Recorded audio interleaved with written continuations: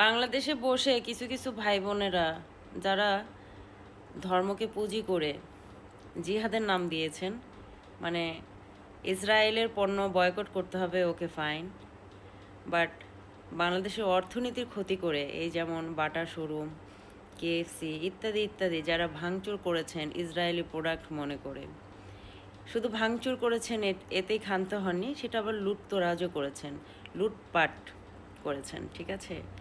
তো ইসরায়েলের জিনিস খাওয়া যাবে না, ইসরায়েলের জিনিস ব্যবহার করা যাবে না, বাট ইসরায়েলের জিনিস লুটপাট করা যাবে, ইজ ইট?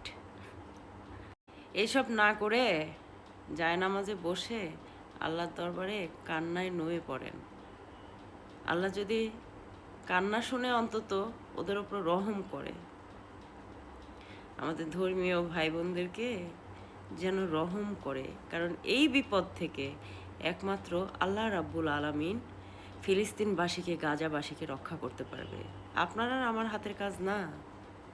আর আপনারা যেটাকে জিহাদের নাম দিয়েছেন, আমি এত কিছু জানি না, তবে আমার মনে হয় না যে আমাদের ধর্মে আর রাস্তায় জিহাদের কোনো বিন্দুমাত্র মিল আপনারা রেখেছেন। আমার তো মনে হইতেছে ইসরায়েল ফিলিস্তিন গাজার সাথে যা করতেছে, আপনারা লুটেরা যারা আছেন, আপনারা চান্স পাইলে এর থেকেও জঘন্যতম কার্যকলাপ করবেন। স্টপ করেন এগুলো, বুঝছেন? এগুলো স্টপ করেন। আল্লাহ সবাইকে, আমাদের সবাইকে হেদায়েত করুক, সঠিক বোঝার তৌফিক দান করুক।